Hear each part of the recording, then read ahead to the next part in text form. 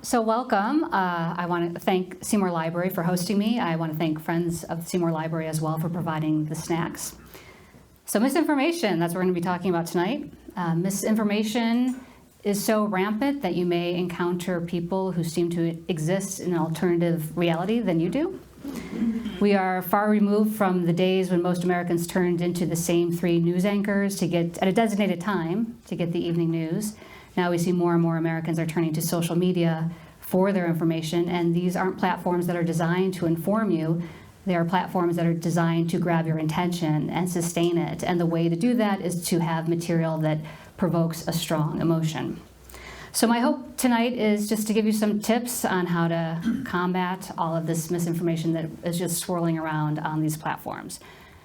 And what I'll talk a lot about is just sourcing. So I wanted to just, I know Jacqueline went over a little bit about my background, just who I am. I'm actually wearing the same shirt so that it seems super authentic. So, yes. So I am a librarian. I have been working as a librarian for about 17 years now, and in that capacity I do teach media literacy lessons to students. And I've been fortunate enough to receive some training from Project Look Sharp, which is a media nonprofit based in Ithaca College. And I have actually written lessons for their website. And prior to that, I worked as a newspaper reporter. So I worked for the Syracuse Post-Standard covering the city of Auburn. And I've always been very, very passionate about media literacy. I think it's a vital skill that everyone should have. So I want to get some information from you, though. So you see there's 5 different pictures, and they have numbers. And when I ask you this question, I want you to hold up a finger that corresponds with the correct picture of how you feel. So here's the question. When you're using social media, how confident are you in being able to gauge whether what you're looking at is factual or not? So just hold up a finger. If you can't see what it says, the first one says easy breezy. I'm comfortable with it. I think I need a little help. 4 is, and 5 is, trust me, I don't got this. So if you just hold up fingers. What's the question? How confident are you in, if you're looking at something on social media, that you can gauge whether it's factual or not? Okay, I see some 4s, 2s, 3s.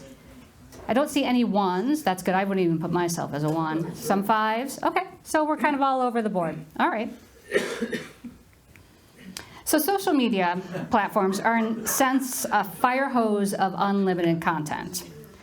They're designed to get you through content quickly. They're definitely not for things that require thinking or nuance. And the way to get your eyeballs is content that really sparks a strong emotional reaction. And what they certainly don't want you to do is pause and take a breath and actually do something else. And one thing that we should be doing whenever we're on these platforms is just asking ourselves this question, is what I'm looking at even what I think it is?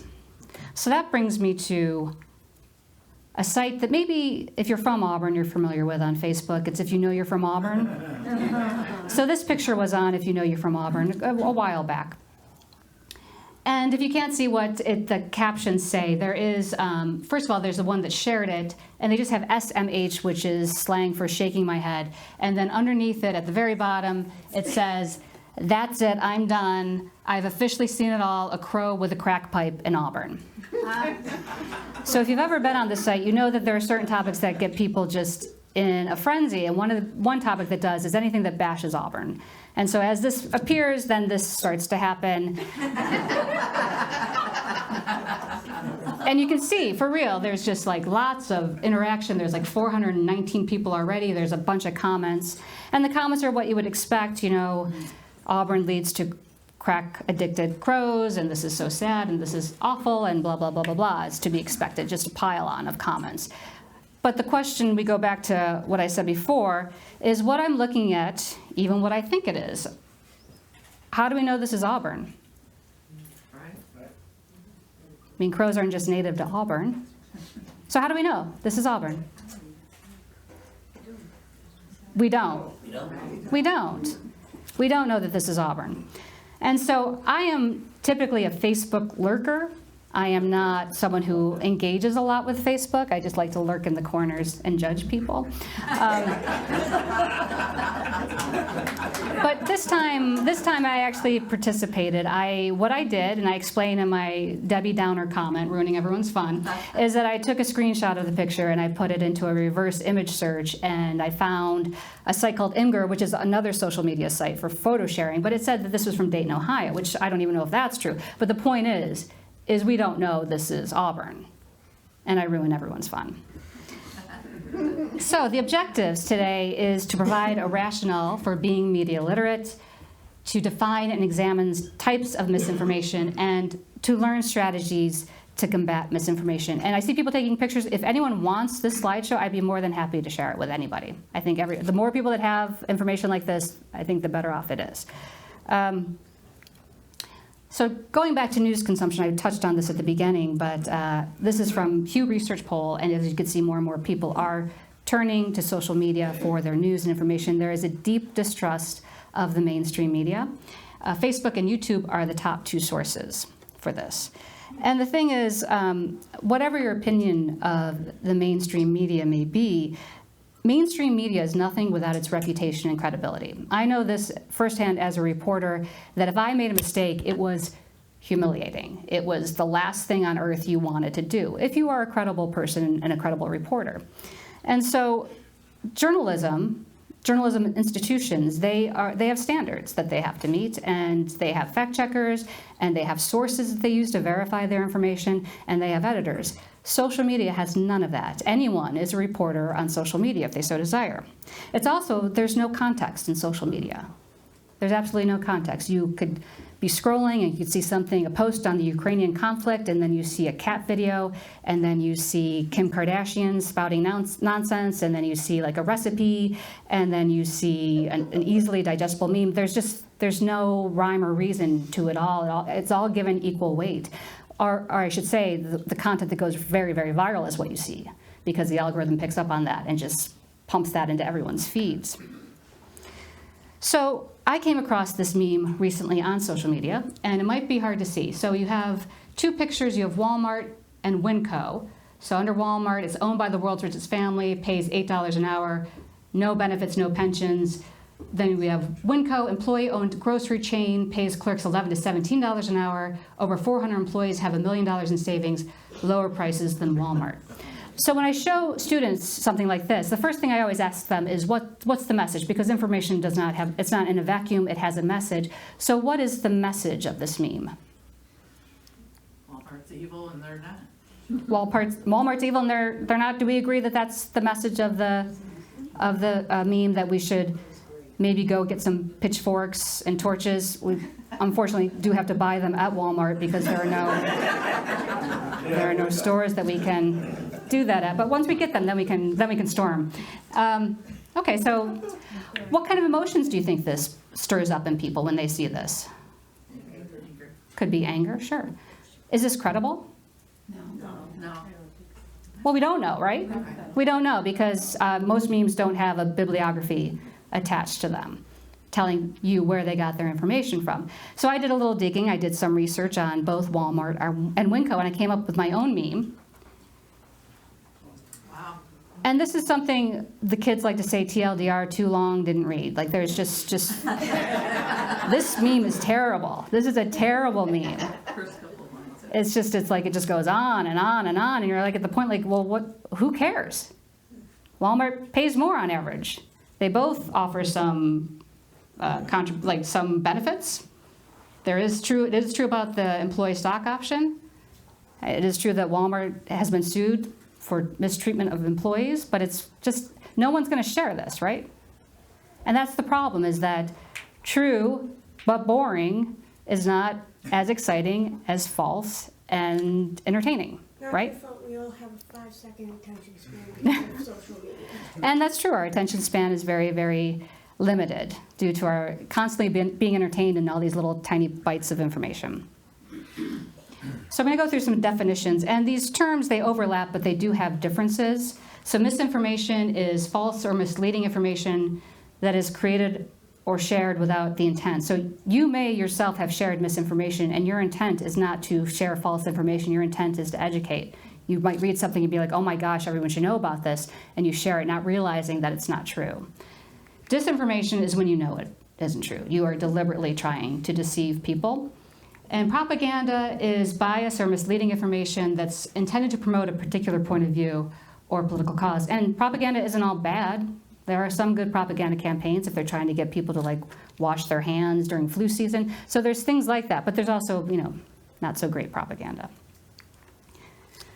So there used to be, I want to share a story about a man named Laszlo Bittman, and he worked for the intelligence services for what was then Czechoslovakia in the 1950s. And what he specialized in is what he called active measures. And these were things that he would do to try to get citizens and democracies to lose trust in their institutions and to also question their form of government. And so one thing he did was he planted a story about Nelson Rockefeller writing to Dwight D. Eisenhower saying, hey, let's give foreign aid to other countries because what we really want to do is take them over, sort of like a super colonialism. And this went viral, viral for the 50s in the United States. And people, what he needs unwitting agents or useful idiots in those countries to spread it. And they did. And so we know about his active measures because when the Soviet Union invaded what was then Czechoslovakia in 1968, he fled to the United States, and he actually taught at Boston University. He taught courses on disinformation to his students. So he would tell them about these active measures as a way to prepare them for what was still happening. And one is whataboutism. And whataboutism is when you say something like, you make an accusation like, well, I think red is really, really bad. And the other person says, well, what about blue? Blue's terrible. And what you're doing is you're just kind of misdirecting away from the issue to something else.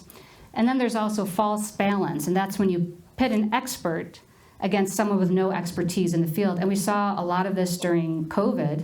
You would have experts in infectious diseases, and there was one gentleman in particular named Joseph Mercola, who was a chiropractor who was constantly saying this is what you need to do to fight COVID, but he had no background in infectious diseases and was actually using his platform to make money by hawking what was essentially snake oil cures. And then there is what's called censorship through noise, where you're not shouting, you're not denying the truth teller from speaking, you're just drowning out the truth teller. You are flooding the zone with all this information, confusing everyone so that they can't tell what's true or not. And the liars have the advantage. They have the advantage because truth, as I said, is often mundane, it's complex, it's nuanced, and the liar is just free to invent and have stories that suit his or her needs. They can always constantly change their story. It doesn't matter because the truth doesn't matter. So other common propaganda techniques are simplification, where you take something complex and make it seem like it's really, really simple to solve. There's exploitation, where you manipulate emotions rather than weighing facts. There's exaggeration, where you make something seem stronger or more popular than it actually is. And then there's division, which I don't know if you'll understand this as United States citizens, but it's where you attempt to broaden and exploit the gap between us and them. So why do people do this? Money. A lot of these social media platforms, how you make money is getting a lot of followers, getting a lot of engagement. Some people, they want to undermine trust because it's a way to hold on to power. Increase influence, once again, power, engagement, money. Create division, and then some people just want to watch the world burn. So it's appealing, unfortunately. It's appealing because it's convenient. It allows for lazy thinking. It could already fit in with what you believe and feel. It gives you a sense of control. The world is very complex. The world seems very chaotic, and this can give you simple explanations for complex situations, and it can make you feel vindicated for the way you think. It also removes shame. So we've always had people on the fringe, we've always had the outliers, but they were small in numbers. But with social media, they've been able to connect with one another, and now they can have ranks now. And as they connect with more like-minded individuals, they feel safety and acceptance in expressing outlandish ideas, and that removes the shame that would normally come from expressing those ideas openly. So other challenges, Information is infinite and our attention is limited. And there have been studies on this, that information overload causes brain fog, it impairs critical thinking. And I have a quote here from reporter Walter Lippmann, and he's lamenting this, and he says, quote, "My sympathies are with the average American citizen, for I believe he has been saddled with an impossible task, and that he is asked to practice an unattainable ideal. I find it so myself, for although public business is my main interest, and I give most of my time to watching it, I cannot find time to do what is expected of me in the theory of democracy. That is, to know what is going on and to have an opinion worth expressing on every question which confronts a self-governing community." And he wrote this in 1925. Other issues is just the lack of trust in everything, not just the media, but in the judiciary and health institutions. Congress gets the lowest, 8% for Congress.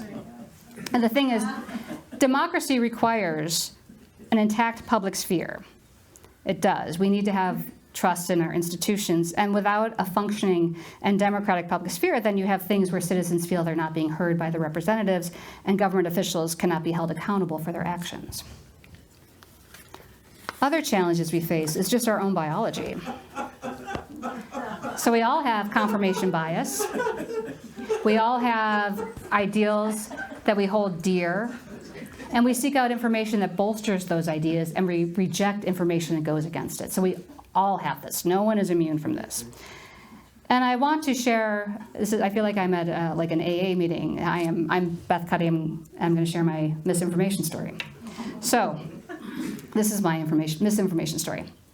Oh, here it is. So I don't know if you know who that man is on the steps. That's Senator Rand Paul from Kentucky, and I don't know what it is about him, but I loathe him. I can't stand him. Whenever I see him, my blood just immediately starts to boil. So I cannot stand him. So here he is, the troll that he is. Here he is, sitting on the steps of the Capitol, wearing a red bathrobe, because the Senate changed the dress code to accommodate this gentleman, Senator John Fetterman from Pennsylvania. So of course, Rand Paul is not legislating or doing his job. He's just being a troll sitting on the steps of the Capitol. And I have friends that I'm on like a chat group with, and I share this because I'm like, look at this jerk. It's AI. He didn't do this. If I had taken 2 seconds to just take a deep breath and looked it up, I would have realized that this didn't happen. Now, if this had been a picture of Rand Paul feeding orphans, I would definitely have checked that out, because that doesn't fit in with my confirmation bias. So you may have heard recently that Mark Zuckerberg, the CEO of Meta, which owns Facebook, Threads, and Instagram, he has gotten rid of the fact checkers. They used to pay independent American fact checkers to monitor the content on Facebook. So he has gotten rid of that. And then now what he's added to it is this news story from ProPublica, where the idea is he's going to pay bonuses to people who have lots and lots of engagement. So this is from the article. The newspaper ProPublica identified 95 Facebook pages that regularly post made-up headlines designed to draw engagement and often stoke political division. The pages, most of which were managed by people overseas, have a total of more than 7.7 million followers. And a spokesperson was asked, well, are these people going to be eligible for this bonus? And they declined to say whether they would or not. And then you have Elon Musk. When he bought Twitter, he reinstated accounts that had previously been banned for promoting hate speech and disinformation, and he dismantled the company's Trust and Safety Committee. I also have a screenshot there about TikTok, which is a place that is just chock full of bad health information. And they're finding that especially younger people are turning to TikTok health influencers who don't have a medical background for their health information, as opposed to health professionals. And we see that on social media, the key is not to get informed. The key is to connect. The key is to share. The key is to show the people that you want to know that you like the same thing that they like. And you're not concerned about accuracy. You're more concerned of like, I'm with you. I feel the same way. And that's different than how our brains work when we're reading newspapers. When we're reading newspapers, our brain is like, I am reading newspaper. I am reading factual information. I am getting informed. That's not the same mindset we take when we are looking at social media, which is unfortunate because that's where more of us are getting our news now. And we see with every big breaking news story, misinformation follows in its wake. There's real world consequences to this bad information. And I just picked one example. And I know Hurricane Helene feels about 17 years ago, but it was actually October. And when Hurricane Helene hit North Carolina, it was actually disrupting the efforts by FEMA to get help to people because they were believing these conspiracy theories that were swirling around. It was so bad that FEMA had to create a page on their website to basically address all the conspiracy theories that were happening. Like, are authorities taking children from families if they have no shelter due to Helene? No. Like, this is a land grab by the state of North Carolina? No. So people obviously were very fearful of what was happening, and they would take that fear and they would, at one point they were trying to shoot at helicopters that were carrying supplies. So it's a real world consequences. You may be feeling like this now. But this is what I think about, is that we aren't passive. We aren't passive people. And the mere fact that we're recognizing that these platforms manipulate us, that can be the first step to taking some control. You don't have to be on them, unless it's your job to be on them. But most of us, we don't have to be on these sites. So this is a meme that I share with students a lot, and we're going to go through a little decoding of it. So the first thing I always ask, what is the message? Trump good, Biden bad? Do we agree that that's the message of this meme? Yeah. Okay. What kind of emotions would this stir up? Disgust. Does it depend on your political beliefs, what emotions are stirred up? Okay, so that's where our confirmation bias comes in. Like, if you are a Biden supporter, you might feel anger. If you are a Trump supporter, you might be like, that's true. Right on. Is this credible? We don't know, right? Okay, so I'm just going to get out of my slideshow for just a second. And I'm going to take a screenshot of this. So I'm taking a screenshot of the first picture that's Trump's America. And I'm going to go to a site called tineye.com where I can paste this in.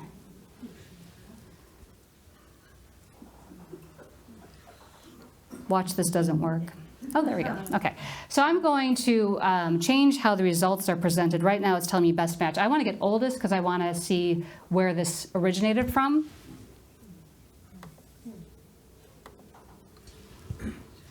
All right, so it's showing me Commons Wikimedia, which is basically like Wikipedia, but it's an encyclopedia of images. So there's our shelf.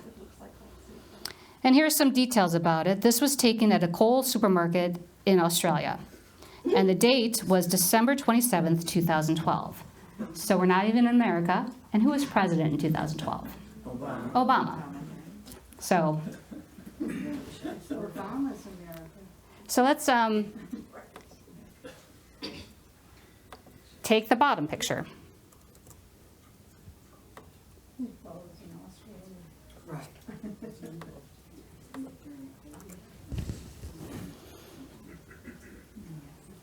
Okay, so My Hoary News, which is a news website, here the headline says, customers find bare shelves after storm passes.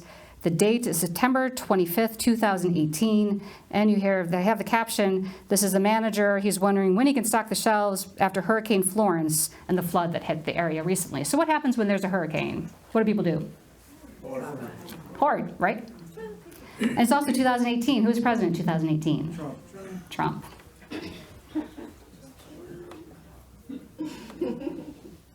So that is what we call false context. That's a form of misinformation where the pictures are real. The context is made up.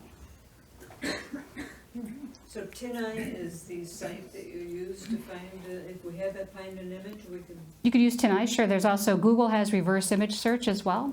But I like TinEye. but it's really just a matter of preference. And you don't always have to, I could have looked that up without taking a screenshot of the picture too, and I'll be showing that method as well, besides taking screenshots. So we talked about false context. I also want to talk about manipulated content, fabricated content, and imposter content. So here is a post. And once again, I'm going to ask, what is the message? If you can't see what it says, can you see on the, it says, can you think of any country that is more corrupt than Ukraine? So what is the message? The Ukraine, Zelensky is corrupt. Okay, so, because what's in front of them? It's stacks and stacks of money, right? How do you think people would feel about this? What kind of emotions might be stirred up? Anger is true. Doubt? Anger? Why are we helping this country? Why are we helping this country? I'm so angry right now. Yeah. Putin is right. Putin's right? Okay. Is this credible? We don't know. We don't, I mean, it could be, yeah, bad Photoshop, but we don't know, right? But what we can do, Yeah.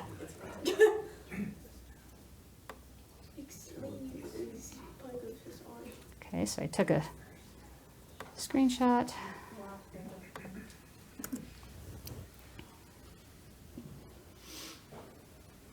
Okay, so there's my original image on top, but as you can see, the person has changed as I'm going down.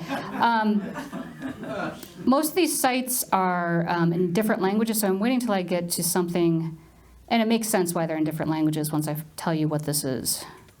I'm just looking for one. Here we go, Daily Mail. So here, it's Floyd Mayweather.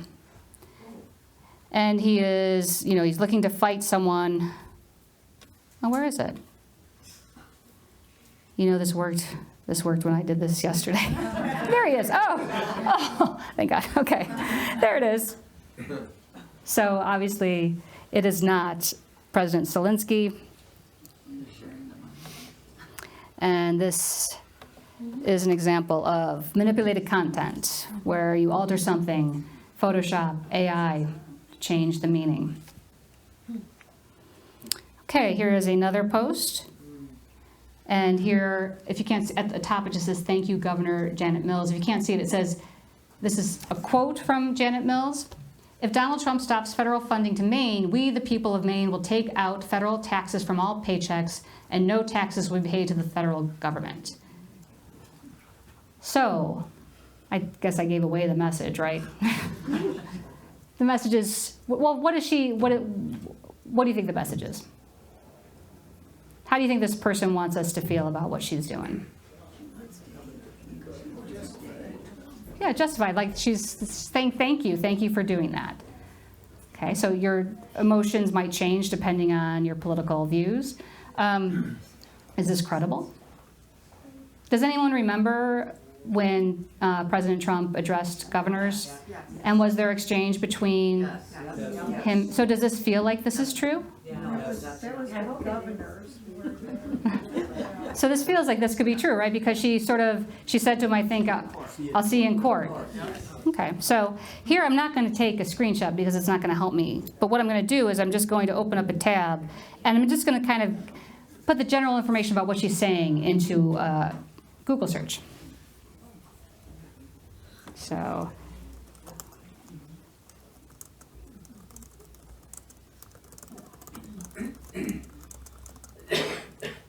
and I'm going to add fact check to it. And so the first choice is Reuters. And here's something, and I tell this especially to younger students, if you don't recognize the source, what you can do, and this is a very handy tip, is there's these 3 dots. You click on that, and it tells you about the source. And what they're usually doing is they're pulling from Wikipedia. I don't know if you've been told that Wikipedia is terrible. Wikipedia is outstanding. Wikipedia is a fantastic resource for vetting sources because it will tell you all about the source and any controversies connected to it. It also lets you know if their encyclopedia entry has something off with it. It will have like a flag to it saying this needs more citations, or this needs more information, or this needs more verification. So it's an outstanding source for vetting sources. So I tell them to look at that if they're not sure what Reuters is. Being as old as I am, I know what Reuters is because I've been around, I've worked in newspapers, so I know that it's a newspaper or a news agency. And we can see here that they did a fact check on this, and no, this did not happen. She never said this. There's no record of her saying this. So as much as you may have wanted her to say it, if you were a fan of hers, she did not say it.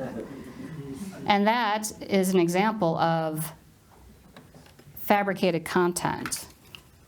This is what we used to call fake news before fake news lost all of its meaning.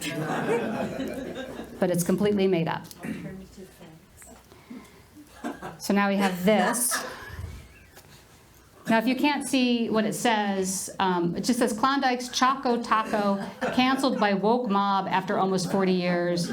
A representative for the brand confirmed to People that due to recent allegations of cultural appropriation, the Choco Taco is no more. So what is the message of this post? Woke has killed Choco Taco? Is that what we're thinking? Okay. It's bad if you love Choco Taco. Woke is bad if you love Choco Taco. Is anything sacred? Can we not enjoy anything? What kind of emotions would this stir up? Could be angry, right? Yeah. Hunger. Hunger.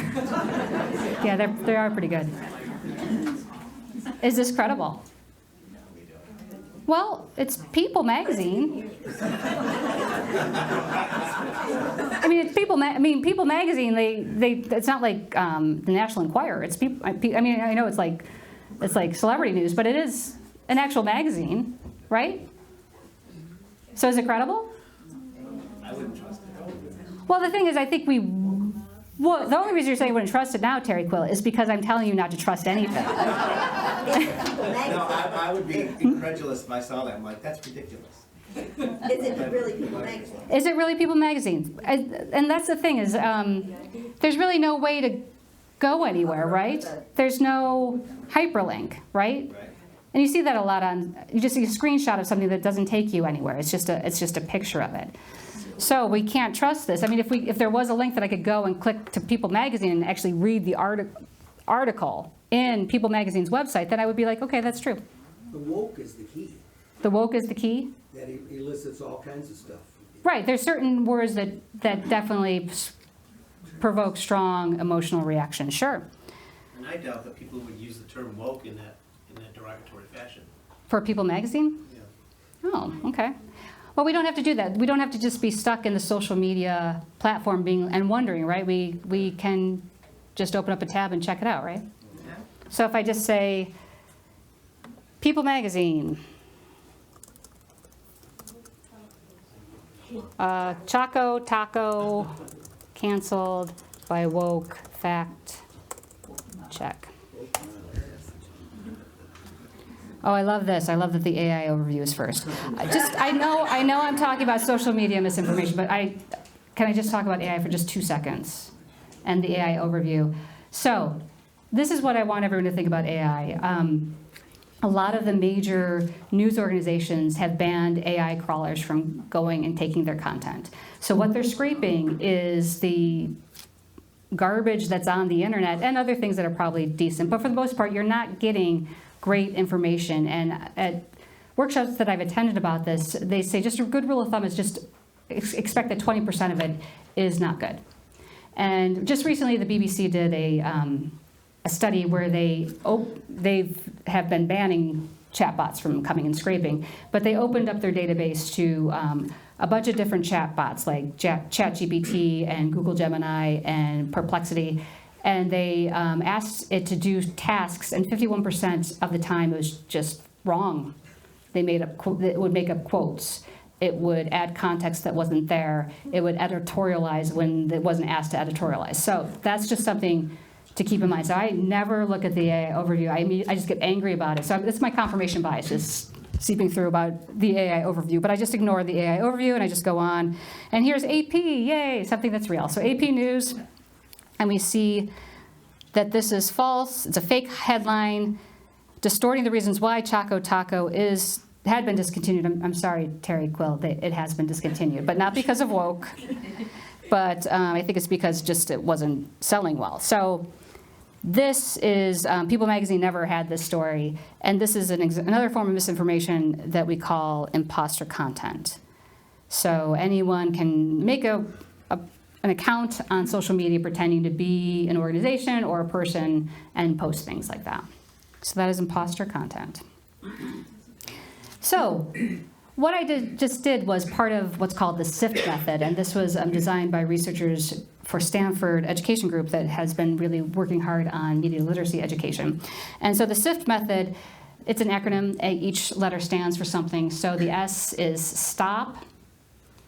Really just stop. That's the most important thing, is even as you're feeling like, even as you see that Rand Paul doing something and your blood starts to boil, stop. Stop. And ask yourself, is what I'm looking at even what I think it is? And then the next thing to do is to investigate. Is the source that's presenting this information, is that source trustworthy? And if you're on social media, I would say no. For the most part, no. Because as we learned from that People Magazine post, anyone can impersonate an organization, especially if it's just a screenshot. So usually you're going to have to go outside of social media, and that's when you open up another tab and type in some terms. See if anyone else is covering it. If I had just taken 2 seconds to type in Rand Paul in a bathrobe on the Capitol steps, I would have seen that there's no one covering it. And that's how you know, like, big stories, there's going to be a lot of coverage. And then see if you can find out where did this originate. And fact-checking websites do that. They try to trace the claims. And so, as you saw, a lot of my searches, I tacked on fact-check to get to fact-checking websites because they will explain how it originated. And that's good information to have. So here's another recent post on X.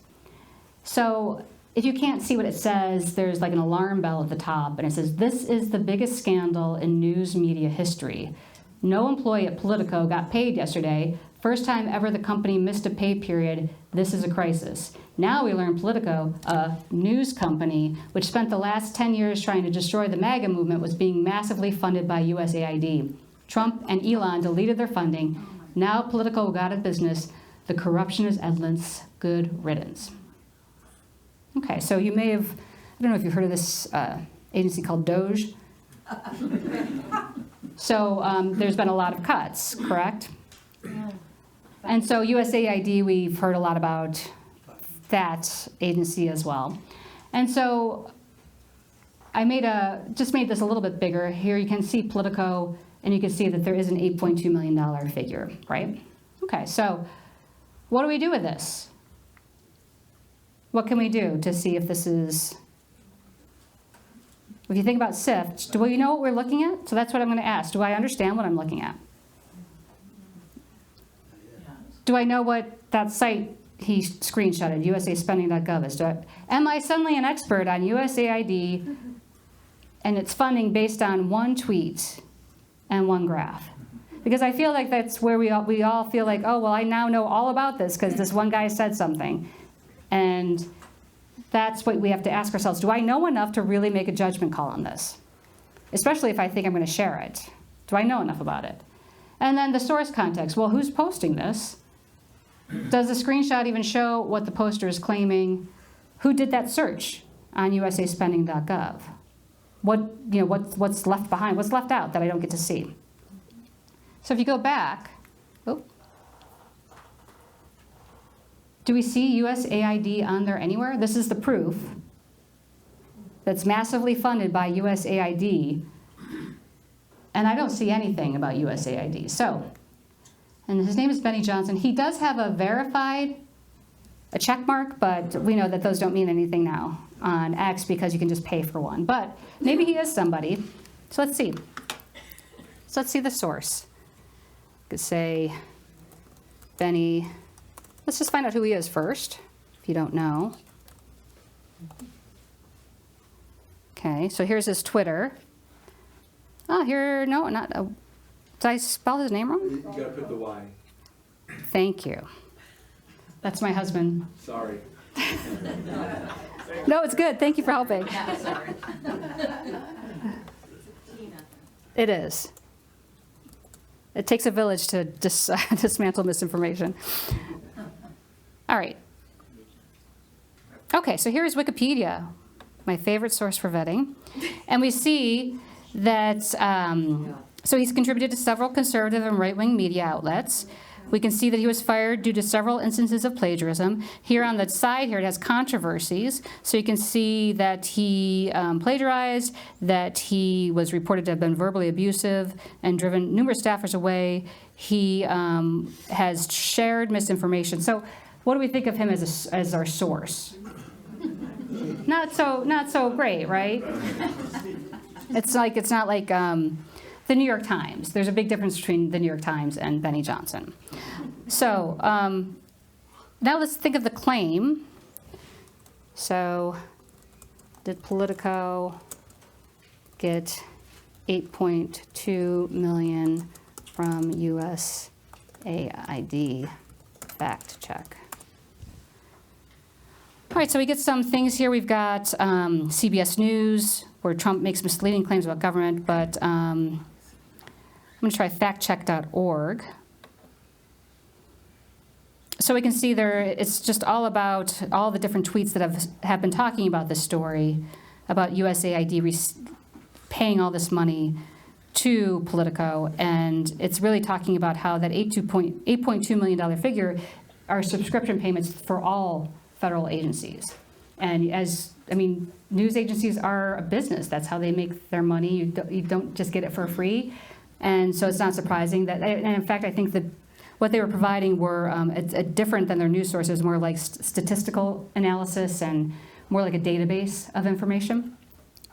And you could also just go on usaspending.gov yourself, and I could search for Politico. I'm going to start searching awards. So I'm going to do a keyword search. I'm going to type in Politico. And I'm going to type in, I'm going to look, agency is USAID. And I'm going to submit. And you can see here what they paid is about $44,000 for Politico. Very different from 8.2 million. So, some more tips. And I hope that you don't feel like this. Like whenever you encounter something, now you're like, oh my gosh, I have to do 5,000 things to find out what happened. But the more you do it, the more it's like, and Terry knows this, living with me, that he will share something with me he saw on Facebook, and I'll be like, is that true? And he's like, well, and I'm like, it's not. So it's really, once you get the hang of it, it becomes sort of a second nature thing. It becomes a second nature thing to just stop and be like, I don't think that's true. And then take 2 seconds to check it out. And you also just really have to be careful about the things that you believe, like your Rand Paul moments. You have to be, if you're like, oh yeah, this sounds great, like, check those out. Those are the things that have to be checked out the most, the ones that you think are already true without vetting it and checking it for yourself. So here are some tips. Once again, stop, assess your emotions, take a breath, go outside, touch some grass, pet a dog. Step outside the platform, open up a new tab. And then, as you saw, I was doing a lot of adding fact check to the end of that search so that I'm explicitly saying to Google, I want a fact check website on this. If you're unsure of the source, Wikipedia. Love Wikipedia. And then just keep asking yourself questions, like who is posting this? Is this person an expert? What is their motivation? Is this credible? Why am I sharing this? Do I know what I'm looking at? That big question is what I'm looking at, even what I think it is. Is this trying to inform me in a credible way, or is it just trying to influence me? And social media, as I said, just strips information of all of its context. Be wary of screenshots. Be wary of deceptively edited video, quotes taken out of context. And then avoid trust compression. So trust compression, if you're not familiar with that term, that's when you minimize the differences between sources. And sort of saying like all sources, all media is the same, or all politicians are the same. And so I was talking about the Stanford Education Group researchers, they shared this example. So let's say you're looking for the best person to drive you to the airport. So you either want to ask Frank, Bob, or Lee. So you ask a friend that's had dealings with all three, and your friend says, oh, they all have problems, they're all the same. So you go with Bob, and Bob shows up 45 minutes late, and Bob gets into a car accident on the way to the airport. And so you say to your friend, you're like, oh my God, this happened with Bob. She's like, oh yeah.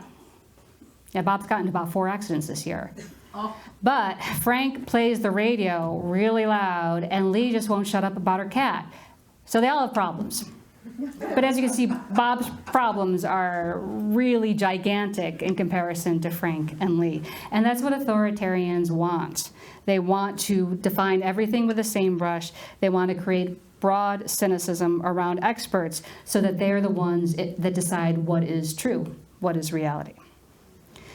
So another thing you should do is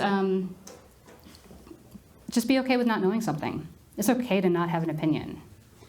It's okay to say, I don't know about that. We don't always have to have, like there's so much to keep track of that you don't have to have an opinion on everything, even though it seems like social media demands that of us. These are just a couple fact check sites that I really, really like. PolitiFact, AP Fact Check, Snopes. News Literacy Project, RumorGuard is fantastic.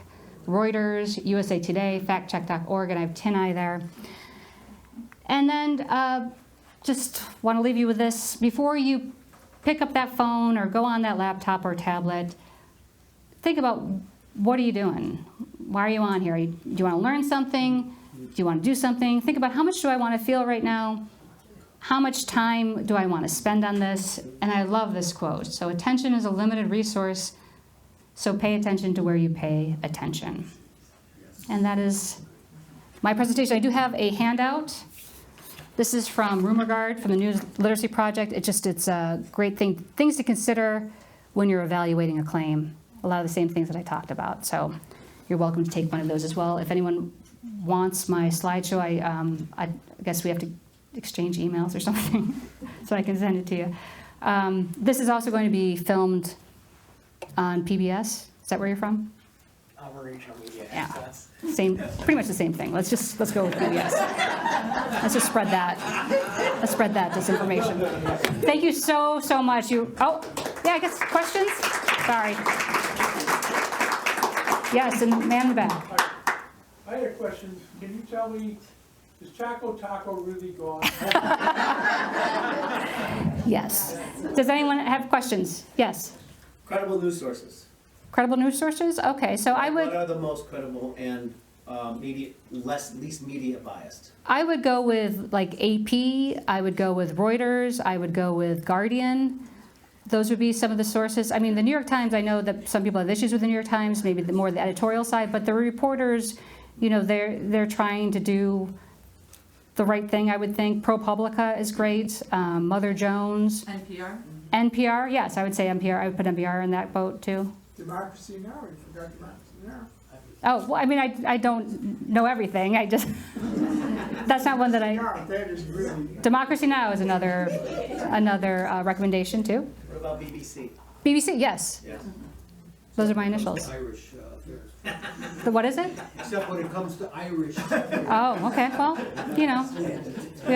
we're human beings, we do have the things that we strongly believe. I mean, I try to be objective as a reporter, but I'm sure that my own viewpoint, I'm a person, how can it not filter through a little bit? But I always made sure to quote people accurately and use different sources.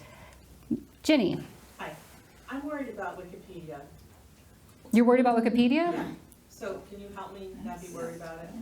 So Wikipedia, I'm worried it's gonna go away. oh, I'm worried. Well, they ask for funding is going to go down, and I'm worried that people are going to depend too much on AI, and they're gonna stop going to Wikipedia. It's not the first feed. So is there anything other than handing them a lot of money we can do? well, I think handing them a lot of money. I mean, that's pretty much the crux of it. I tell students, whether or not they're listening to me when I'm instructing them is a whole other thing, but I tell them about Wikipedia all the time. Well, they should be, you could get them to start being editors on it. On Wikipedia? You definitely have to be vetted to be an editor on Wikipedia. It's not just anybody. That's right. It's a process. Yes, woman in the back. I'm wondering how the kids that you teach absorb this and how hard it is for them, because we at least have a basis of knowledge of what was real back when. And what they're growing up with is so difficult. It is a challenge for younger people because you're right, there is, what I find the most challenging for them is when I do this and I have them practice is them understanding how you evaluate a source before accepting it at face value. So a lot of them, they just take the first one because they're like, well, it's the first one. So, and they don't know anything about it. So I try to teach them about do the 3 dots, make sure that you vet that source before you accept it as your first. First does not always mean best. It's a popularity contest on Google. I mean, I think what really needs to happen in New York State is media literacy education starting in kindergarten and going up through grade 12. It should be mandated. It should be a mandated thing. It shouldn't be something that they get at the library for one class and then they get it again maybe 4 years later by the same librarian. It's got to be something that's just taught all the time. Kill your TV. I mean, Society for Eradication of TV. Set free, no TV. I don't have a TV. I use the radio all the time, and there's lots of great material audio-wise through NPR and through other organizations, including Democracy. If you don't know what Democracy Now! Is, you are really missing something. Okay. Yes, it's slanted, but it's awesome. Any other questions? All right, well, thank you so much for coming. Thank you. Make sure to get a handout.